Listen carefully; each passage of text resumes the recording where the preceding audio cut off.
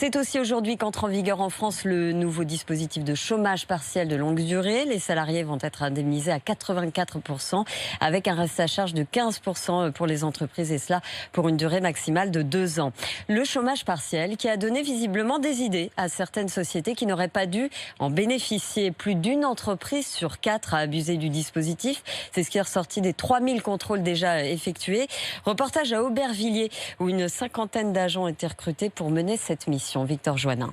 Armé de son téléphone et de son ordinateur, Mohamed El Kaoudi réalise une trentaine de contrôles par semaine pour débusquer les fraudeurs, comme cette entreprise de conseil qui a fait une demande de chômage partiel pour 2 contrats signés comme par hasard le jour de l'annonce du confinement. Ça veut dire qu'elle crée son activité, elle se met en déconfinement, entre guillemets, le jour où nous on se met en confinement. Franchement, c'était flagrant et les salaires étaient énormes. C'est l'argent de l'État, l'argent public, l'argent des contribuables et qui doit être utilisé à bon escient. Les entreprises sont ciblées car elles ont été signalées par leurs salariés ou leurs syndicats, explique Benjamin Lepercher, le directeur régional adjoint. On va chercher les déclarations URSSAF, on vérifie tout ça est cohérent. On va chercher des traces d'échange de mails ou alors que l'ancienne entreprise était effectivement ouverte avec des salariés sur place.